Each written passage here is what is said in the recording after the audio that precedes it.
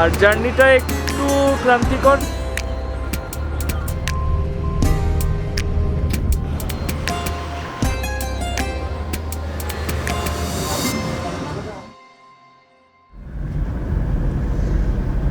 त्यो 4 जना निस्किँदैछ निस्किआयो गाडी खाइन्छ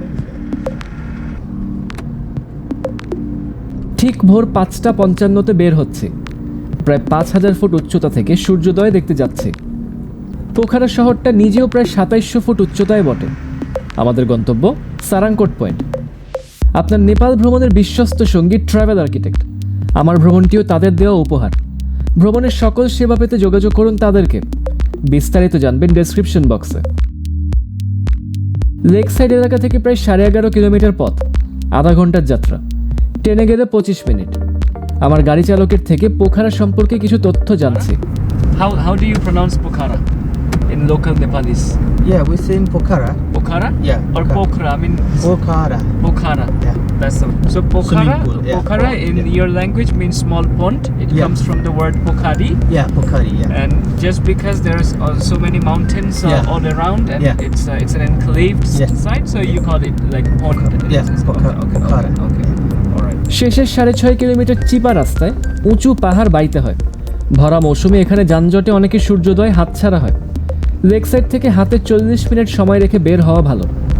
At what height are we going? We are going around 1,400 meter high. 1,400 meters. So is it the highest viewpoint in Pokhara? Yes, Sarangkot is high.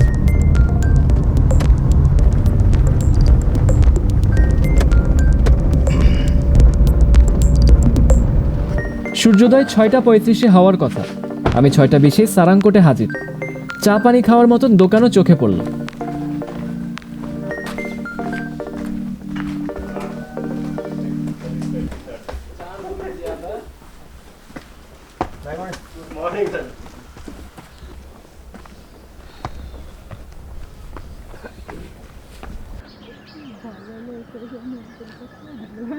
তো আমাদের দুর্ভাগ্য যে আবহাওয়া এখন পর্যন্ত আমাদের অনুকূলে না।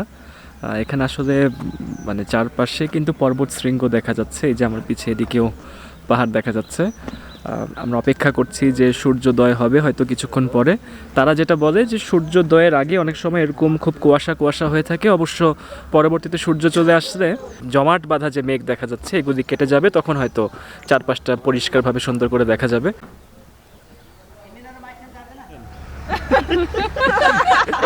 আমার অনেক ভালো লাগছে। ভালো লাগছে, এখানে কিছুই দেখা যাচ্ছে না। আপনার কি ভালো লাগছে? আমরা আশা নিয়ে বসে আছি কখন কুয়াশাটা কেটে যাবে এবং সূর্যটা দেখতে পাবো। ইতিমধ্যে আকাশ কিছুটা আলোকিত হয়ে এসেছে। সূর্যোদয় শুরু হয়ে গেছে, কিন্তু সূর্যের কোনো দেখা নেই। নেপালে আসার আগে আবহাওয়া বার্তায় দেখেছিলাম পোখারায় পরিষ্কার দিন পাবো, কিন্তু হঠাৎই এই পরিবর্তন। এখন ডানে যে ঘোলাটে অংশ দেখছেন, ভালো সময় এখান থেকে দৃশ্য থাকে ঠিক এমনই। অন্নপূর্ণা স্তূপ পর্বত বা পর্বত প্রাচীর। দুঃখের বিষয়, মাত্র 2 দিন আগেও সে দৃশ্য পরিষ্কারই দেখা গেছিল।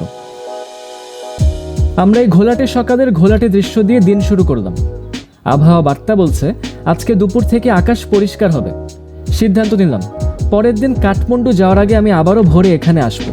কি দেখতে পাবো তা জানতে পর্বটি শেষ পর্যন্ত দেখতে হবে।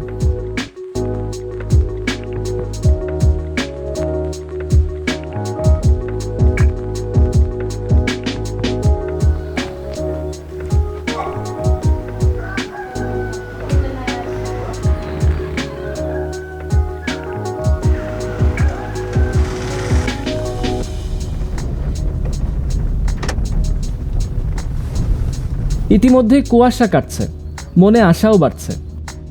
সে একই রাস্তা ধরে এখন হোটেলের দিকে যাচ্ছে, নাস্তা সারব।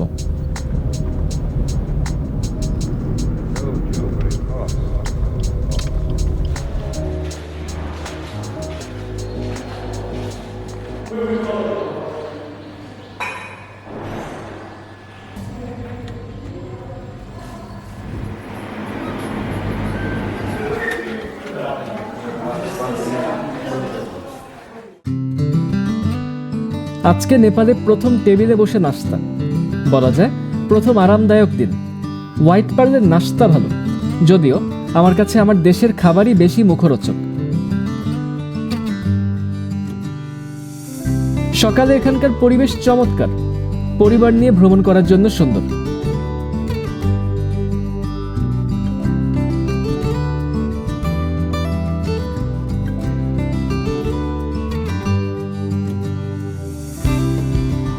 নাস্তার মেনুতে বিভিন্ন প্রকরণ ছিল, রুটি জাতীয় পদ, মাখন, জ্যাম জেলি তরকারি, জুস, চা, কফি, পানির আয়োজন।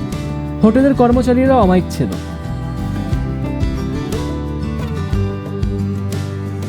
I would like to request you all of the Bangladeshi people to come Nepal and visit Nepal as well as visit Pokhara, and I would like to request you to stay in our hotel. সকাল 10টায় বের হচ্ছি পরবর্তী স্পটগুলির উদ্দেশ্যে। সারাদিন ঘুরে সন্ধ্যার আগে ফেরত আসব। ভোরের তুলনায় আবহাওয়া এখন পরিষ্কার।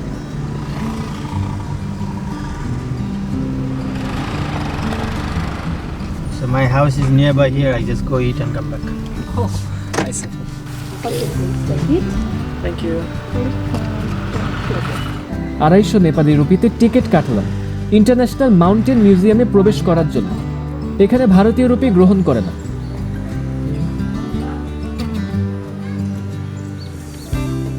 স্কুলের ছেলেপেলেদের বনভোজন, নেপালিদের দেখার আছে অনেক কিছুই।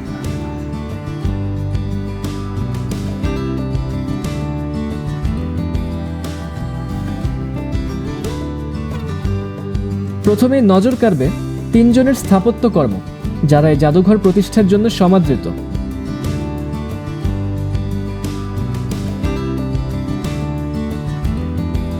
এটা মূল জাদুঘর, যেখানে যাওয়ার আগে আশপাশটা ঘুরব। বাম বরাবরই রাস্তা চলে যায় গোর্খা ভিলেজ, রেস্তোরাঁ সহ কয়েকটি আকর্ষণের দিকে। আর্য, মৌর্য, দ্রাবিড়, মল্ল সহ নানান গোষ্ঠী ছাপিয়ে নেপালে গোর্খাদের বিশাল অবদান। তাদের হাত ধরে সাম্রাজ্য বড় একত্রিত হয়েছিল বলে আলাদা সম্মান দেওয়া হয়।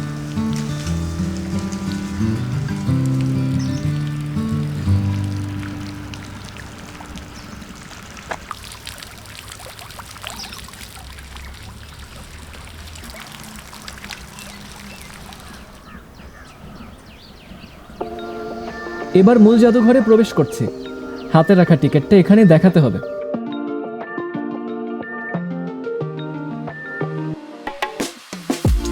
হিমালয় পর্বতমালা পৃথিবীর কয়েকশো কোটি মানুষের পানির উৎস। এর গুরুত্ব ভালো করে টের পাবেন এই জাদুঘরে। প্রথমে আপনাকে সিঁড়ি বেয়ে নিচে যেতে হবে, সেখান থেকে প্রদর্শনী শুরু। টয়লেট ব্যবস্থাও আছে।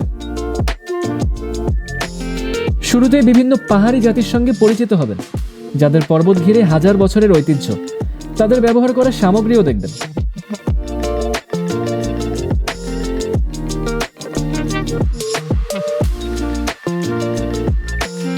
পরের গ্যালারিতে বিভিন্ন পর্বতের সাথে পরিচিত হবেন এবং ইতিহাসে আন্তর্জাতিক রেকর্ডধারী কিছু ট্রেকারকেও চিনবেন। পুরো পৃথিবীর জলবায়ু, জীববৈচিত্র্য ও ভারসাম্য নিয়ন্ত্রণে হিমালয়ের বিরাট অবদান। পরিবেশ সম্পর্কে সচেতন না হওয়ার ফল কি হতে পারে তা এখানে ঘুরলে আঁচ করতে পারবেন।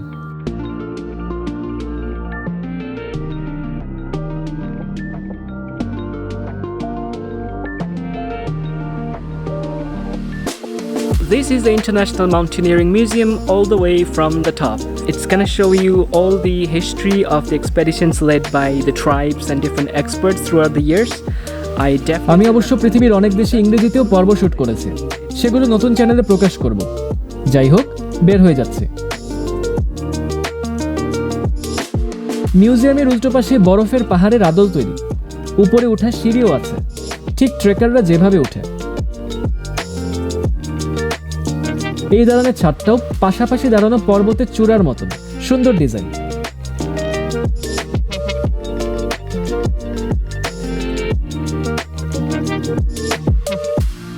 সাড়ে 11টার দিকে রওনা হচ্ছে ডেভিস ফলের উদ্দেশ্যে। ওইখানেই 2টা স্পট। খেয়াল করে দেখবেন, এখনকার সব স্পটগুলো কাছাকাছি, লেকের এই পাশে, আর হোটেল ও সারাংকোট ভিউ পয়েন্ট লেকের ওই পাশে। তাই আপনারাও এই হিসাব করে যাত্রা পরিকল্পনা করতে পারেন, একদিনেই সব সারা যায়।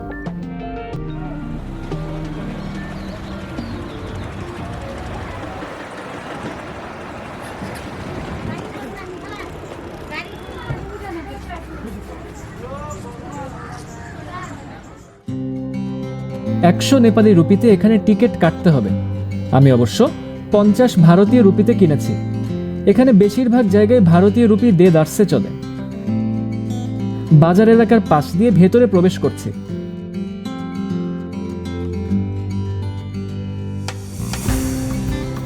জলপ্রপাত অঞ্চল বলে ঢোকার পথে পানির ব্যবস্থা করা আছে, পান করার উপযোগী। প্রকৃতির ডাকও সেরে নিতে পারবেন।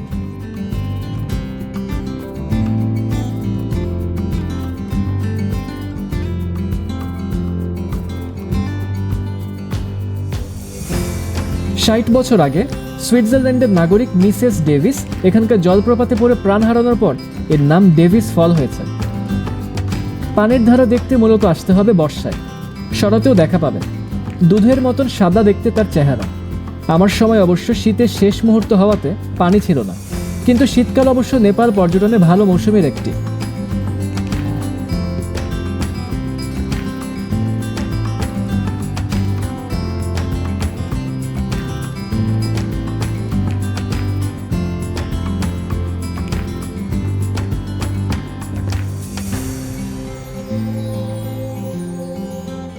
পেট ভরা থাকায় দুপুরে খাবো না।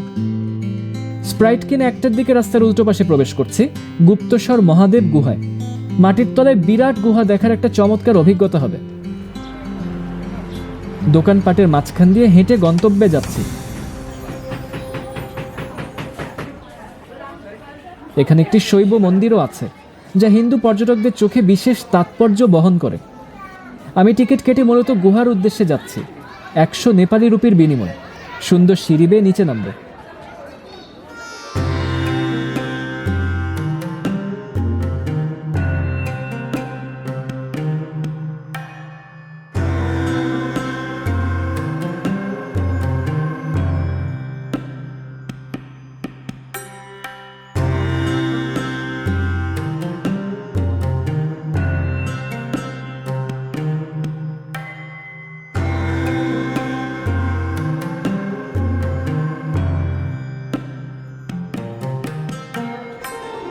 গুহার প্রবেশমুখ থেকে সিঁড়িগুলো খুব পিচ্ছিল।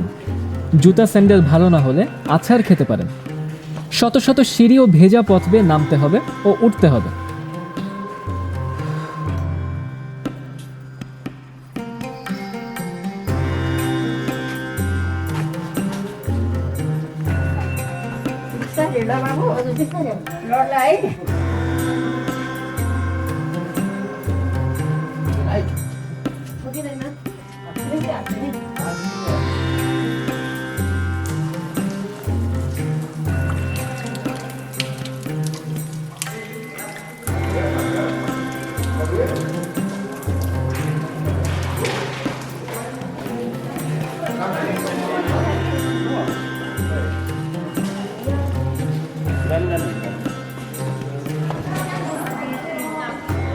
ওই যে দেখা যাচ্ছে ছবি তোলার spot.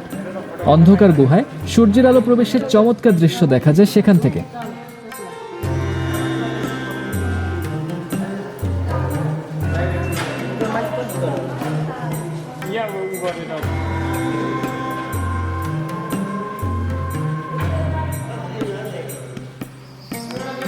So that faint bit of light that you can see coming out of there is basically what this cave is famous for. And it was a very steep way down. Now I have to go all the way up. Let's go. সে একই পথে আবার শত সিঁড়ি বাইতে একটু পা ব্যথা করেছিল বটে। অবশ্য সিঁড়ি বাওয়ার আসল জায়গায় এখন যাচ্ছি।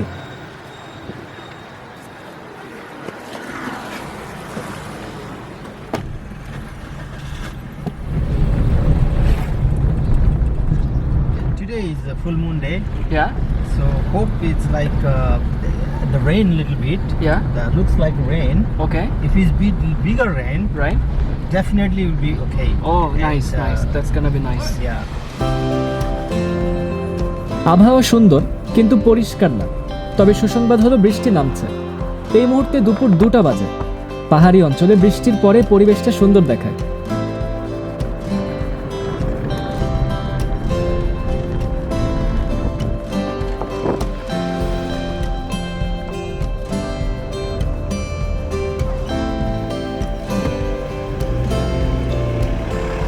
অবাক হচ্ছিলাম 1200 সিসির একটা গাড়ি খাড়া পর্বতে রাস্তা বেয়ে উঠছে। পোখারার সবচেয়ে জনপ্রিয় পর্যটন কেন্দ্র একরকম বলা যায় স্টুপা, সেখানেই যাচ্ছি। আমার সাথের বন্ধুরা অবশ্য তাদের তালিকায় স্টুপাকে রাখেনি, তাই আমাদের দেখা হবে বিকেলে।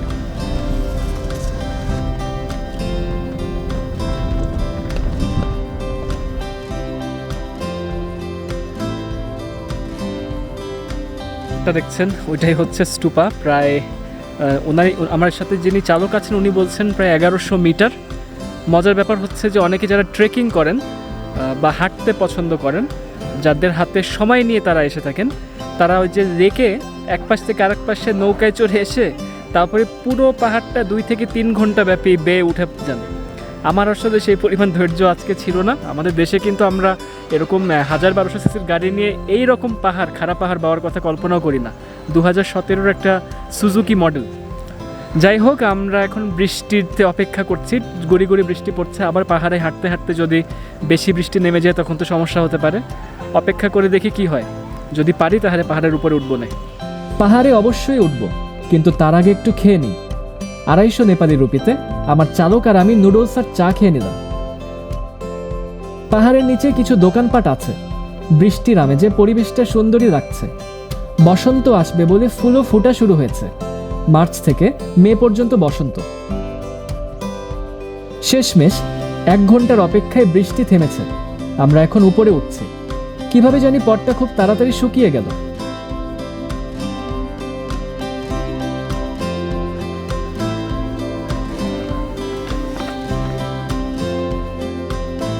গেটে কোনো টিকিট লাগেনি, কিন্তু ডোনেশন নিয়েছে। যে যার মতন দিয়ে দিচ্ছে।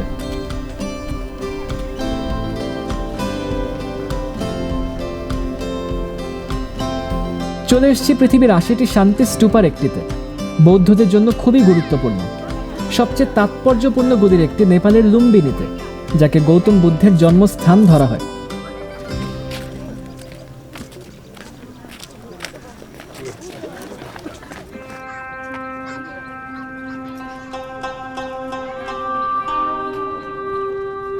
শান্তিপূর্ণ স্তূপায় হাঁটা ধরলাম। খালি পায়ে উপরে উঠতে হয়। আস্তে কথা বলা বাধ্যতামূলক।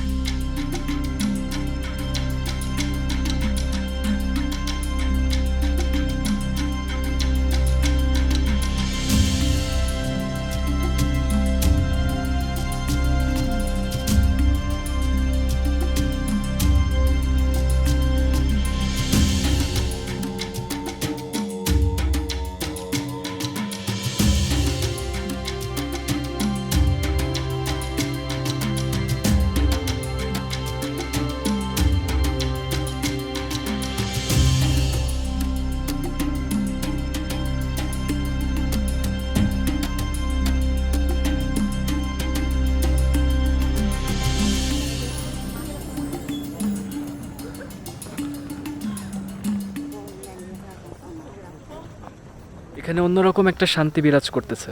এখন অবশ্য আমাদের ফেরত চলে যেতে হবে, কিন্তু আপনি খেয়াল করছেন আমি কিন্তু খুব নিম্ন স্বরে কথা বলছি এবং আমার কথাবার্তা সব শোনা যাচ্ছে।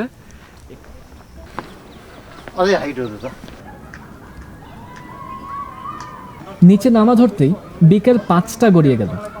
স্টুপার প্রবেশ দ্বার বন্ধ। যারা হাইকিং করে এসে গেট বন্ধ পেল তাদের জন্য খারাপই লাগছিল। ওইদিকে দেখছি নতুন রাস্তা তৈরি হচ্ছে। আমরা এখন যাচ্ছি ফেওয়া লেকের দিকে। একটি অভূতপূর্ব মুহূর্তের সাক্ষী হব।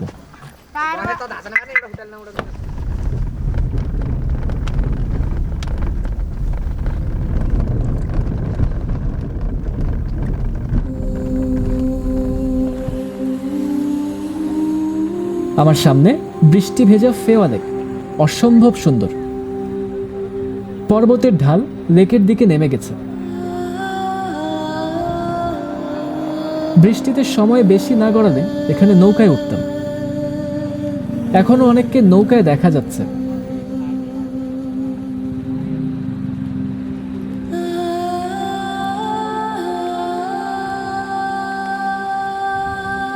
আমার সাথের বন্ধুদের এখানে পেয়েছি। তারা দুপুরে এখানে নৌকা বেয়েছে আর বিকাল থেকে সাইকেল ভাড়া করে পোখারা ঘুরছে।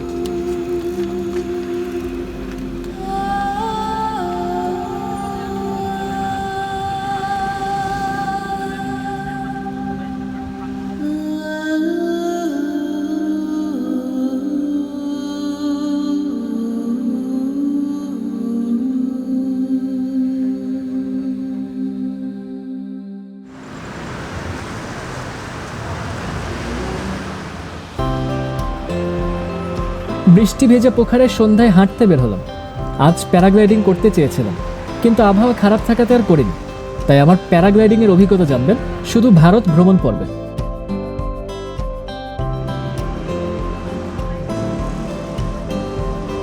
এখানে বাংলা লেখা দেখে অবাকই হয়েছিল। যদিও অন্য কিছু খেতে চেয়েছিলাম, কিন্তু বাংলা লেখায় বিস্মিত হয়ে এ দোকানেই ঢুকলাম।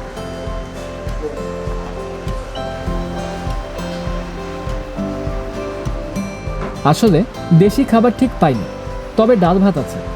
আমি মূলত রুটি আর মাংস দিয়ে খেয়েছি, মজাই ছিল। চাও পেয়েছি।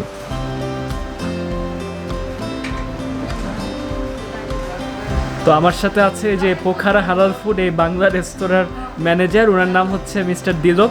মিস্টার দিলব সাহেব আবার বাংলা ভাষায় কথা বলা শেখেন। উনি কিন্তু নেপালি, কিন্তু উনি বাংলা ভাষায় কথা বলতে পারেন। কিছু বলেন তো।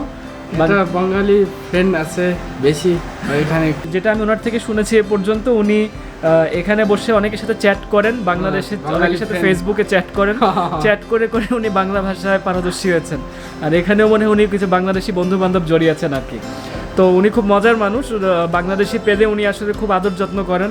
আমাকে তো একরকম ডিসকাউন্ট দিয়ে বসে রেখেছেন। যাই হোক, আমি রেকমেন্ড করে রাখছি, আর এই দোকানের নাম্বারটা আমি দিয়ে রাখছি, তো যাতে করে আপনারা যদি এখানে আসেন এই পোখারাতে এই রেস্তোরাঁতে চলে আসবেন। খুবই ভালো মানুষ এবং রান্নাও মোটামুটি ভালো আছে। আমার পুরো বিল ছিল প্রায় 600 নেপালি রুপি, তবে সে আমার থেকে 500 রেখেছে। এখন হোটেলে যাচ্ছি। ছাদ থেকে রাতের পোখারা শেষবার দেখব, এরপরে ব্যাগ গুছিয়ে ঘুম। কারণ পরদিন সকাল 7:30টায় কাঠমান্ডুর বাস। আর ভোরের কি পরিকল্পনা তা নিশ্চয়ই মনে আছে।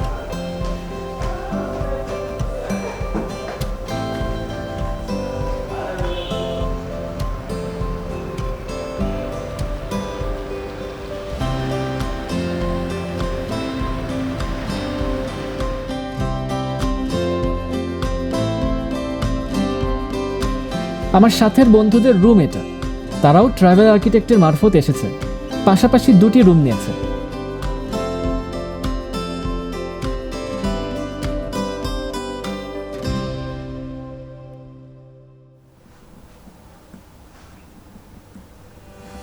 ভোর 5:30। আকাশে চাঁদ দেখা যাচ্ছে। ভাগ্য একটু ভালোই মনে হচ্ছে। ব্যাগ গুছিয়ে একদম সরাসরি বাস ধরার পরিকল্পনা নিয়ে বের হলাম।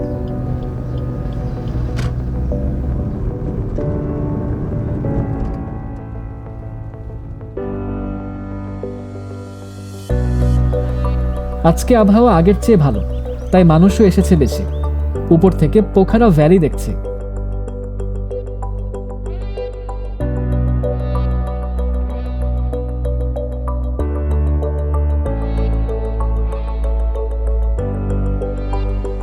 অবশেষে সূর্যের দেখা। মেঘের ফাঁক দিয়ে বারে বারে উকি দিয়ে ভেতরে ঢুকছে। আবহাওয়া যে আজকে থেকে সুন্দর হচ্ছে তা সে জানান দিল।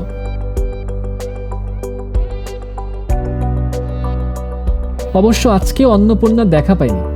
এটা হচ্ছে আমার ছোট ভাইয়ের ক্যামেরায় আজ থেকে 6 বছর আগে ধারণ করা এই জায়গার দৃশ্য। অনেক ভালো মৌসুম, অর্থাৎ সেপ্টেম্বরে আমার পরিবার গিয়েছিল। পুরো সূর্যোদয়ের সময়টা মেঘলা পরিবেশ ছেড়ে হতাশ হয়ে বের হওয়ার সময় অন্নপূর্ণা উঁকি দিয়েছিল। এরপর 1 ঘন্টার ভেতর পুরো দৃশ্যই ফকফকা। আমার কিন্তু বাস ধরতে হবে, তাই ঘন্টাখানেক অপেক্ষা করার সুযোগ আমার নেই। তবে আজকে থেকে নীল আকাশ বের হয়ে আসবে। বাস আজকে দেরি করবে। আমার গাইড আগে থেকে জানতো দেখে আমাকে 7:30টা পর্যন্ত সারাংকোটে থাকতে দিয়েছে।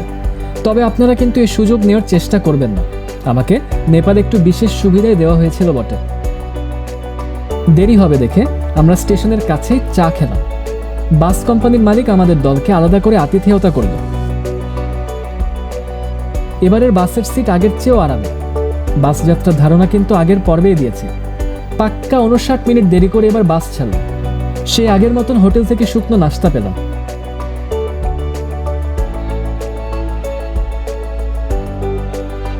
আজকের দিনটা আমরা সুন্দর আবহাওয়ায় সুন্দর দৃশ্য দেখে কাঠমান্ডু পৌঁছাবো। নতুন নতুন জায়গা ঘুরবো, জনপ্রিয় আরেকটি এলাকাও দেখব, কোভিড টেস্টও করব, আর পরের দিন ঢাকা ফেরত যাব। এসব গল্প বলছি পরের পর্বে। ভিডিওটিতে লাইক দিয়ে ও কমেন্ট করে সাথে থাকবেন। তার পাশাপাশি চ্যানেলটিতেও সাবস্ক্রাইব করে নেবেন। আগামী পর্ব আসছে শীঘ্রই। সবাইকে ধন্যবাদ।